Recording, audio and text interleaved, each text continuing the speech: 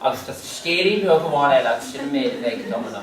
A rís faoi Séamas, bhí sé a rís hir in bheognach, agus in aice leis an hala an sin, beidir go leithin ag daoine ólas na háite ag daoine tá tictarna an gcuimhne. Agus bhí Séamas tar éis an lá chahabh an muid faoin éir istigh sa seomar ranna is gapar mar sin agus bhí sé timpeall thart a leathúir tar éis an éis an ihe agus bhí thart taptar Séamas. Agus bhí sé fós ag bháil timpeall leis na bucailí leis an bus is gapar mar sin agus dúirt sé. Right, tá mé chun sos a hógan, so scuil sé na bucailí amach as an mus agus dúirt sé le right amach libh sa fáric an sin agus, buint hena as an éarúir. Bhí stachtar Séamas go dtíon tictarna agus bhí sé an timpeall féin méid mar sin agus dó sé piúd, mbréag, Guinness agus buint sé anna hena bhas.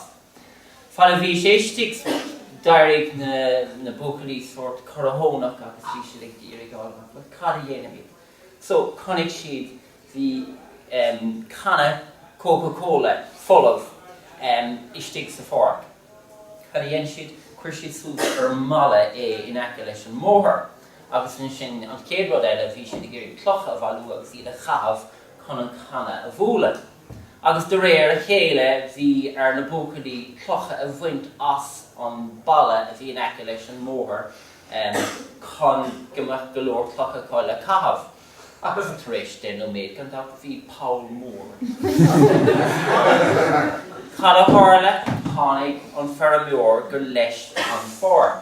Agus gan dáta bé ní raibh sé sásta in éarchar agus chuir sé ceiste na bucailí. Cé héisiú sé, cé go raibh an tólas ag ag an ácéine, cé héisiú sé agus gur bucailí ag an á tá míid as goláist cruisrí gorcaigh agus cé táilíomh ó tá múltóir istigh sa títhar. Bhí Séamas a driblóid féin an seo ach bhí Séamas an cléistar fáil rógra ceart. Tháinig sé amach agus bhí an fearr fós ag feithefar Séamas. Hey, an lesa na bucailí seo. Féchar an rud atá déanta chumsa. Oh my God, tá sé sin scanalach ar fáil Séamas. Ach, tá brónar, ní hé mis an mútóir an éiris. Mis sé just tomáí an bus, tá an bert mútóir agus tá Toyota bán acu. Dé siad an ag geann 5 méid an seo agus féidir le é a ráiló go raibh an nearna siad an domáiste. Lads, isteach sa bus!